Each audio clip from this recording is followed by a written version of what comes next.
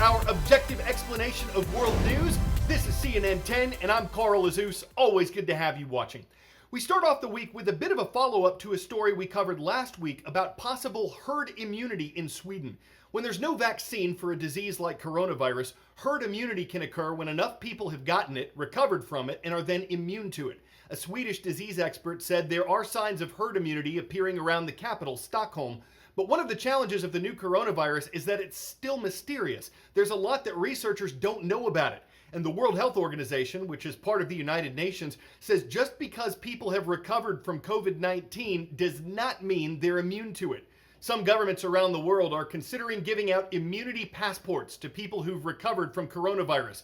This would let them continue with normal life without as many restrictions as other people might have. But the World Health Organization says that's not a good idea because it doesn't have proof that surviving COVID-19 means people are safe from getting it again. Is it possible that they are? Yes, but researchers don't know if the antibodies people may have give complete or just partial protection from coronavirus, and they don't know how long those antibodies will stick around in someone's system.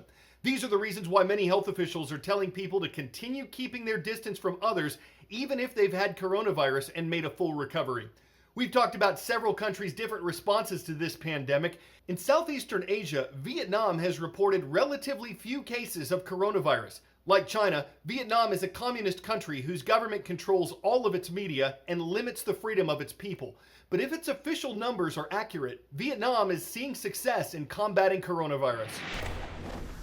Vietnam, a country of 97 million people and less than 300 confirmed cases of COVID-19 and no deaths.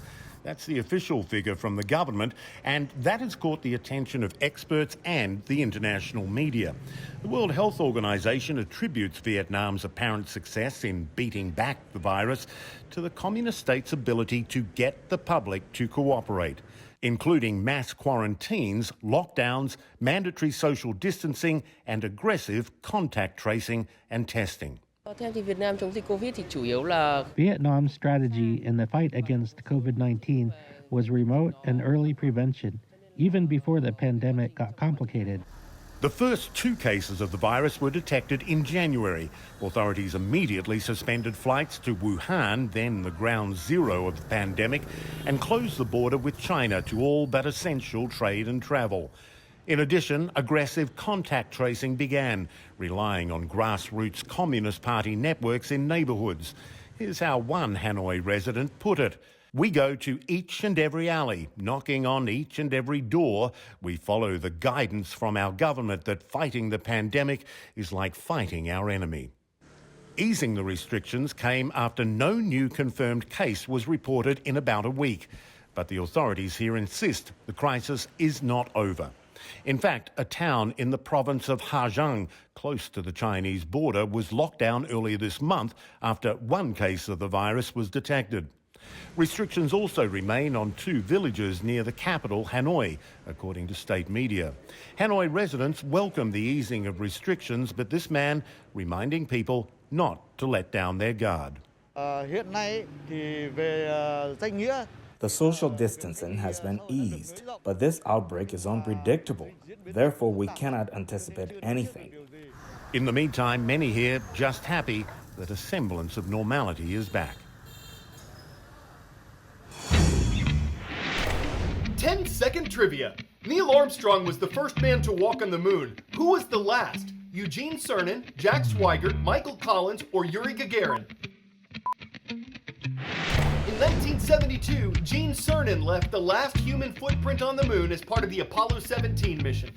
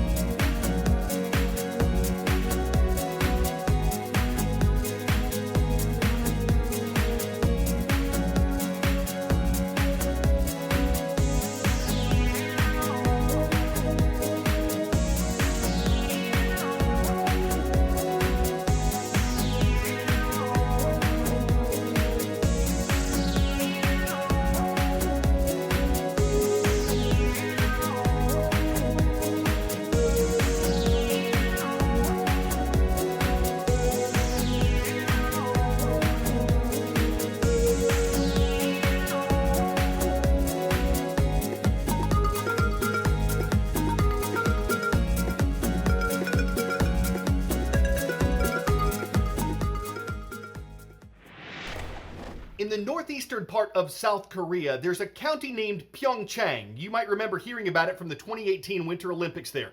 It was one of the coldest Olympics on record, and Pyeongchang is famous for another reason that isn't an Olympic sport, but still attracts hundreds of thousands of visitors. It typically starts in late December and runs through January, and it's the next stop in our series of virtual vacations.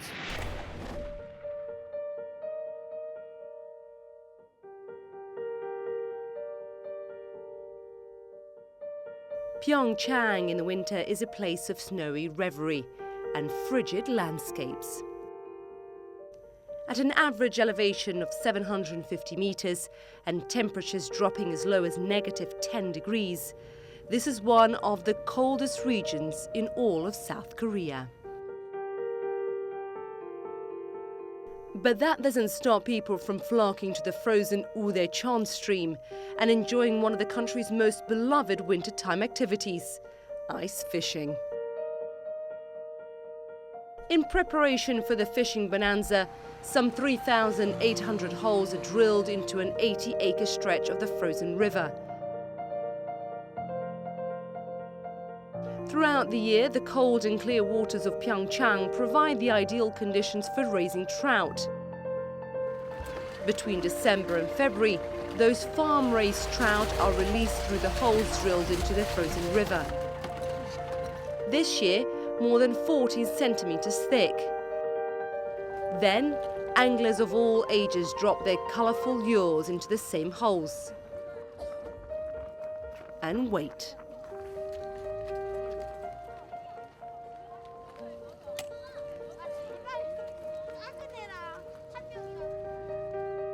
"36-year-old Im Jong-sok has been going to the Trout Festival for just 2 years, but he's developed a knack for luring his speckled prey.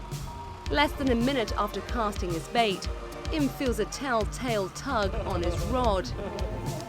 Seems he's caught a beauty. A flurry of activity in an otherwise quiet part of South Korea. Young and old, bundled up and in pursuit of some winter fun.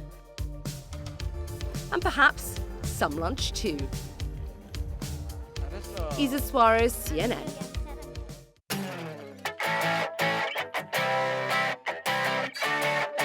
It's not uncommon for a new sports stadium to cost more than $1 billion to construct, but it's not every day they look like this. At a projected final cost of $1.7 billion, construction has started on what will be the world's largest stadium devoted only to soccer. Capacity, 100,000 people. It'll be located in southeastern China and is set to open by the end of 2022. The distinctive lotus flower design was created by an American architect. I like that idea for U.S. college football stadiums. For instance, you could have the Louisville Cardinal flower, the Texas longstem, the Mississippi lily of the valley state. How about the California golden button or the Georgia Tech yellow sage? The Kentucky wildflower and Arizona State sunflower would be nice, but it would be tough to beat the Notre Dame fighting iris. Woo! All right, Tiverton High School. The Tigers are generally good sports about our puns. They're watching from Tiverton, Rhode Island, and subscribing to our YouTube channel. I'm Carl Azus for CNN.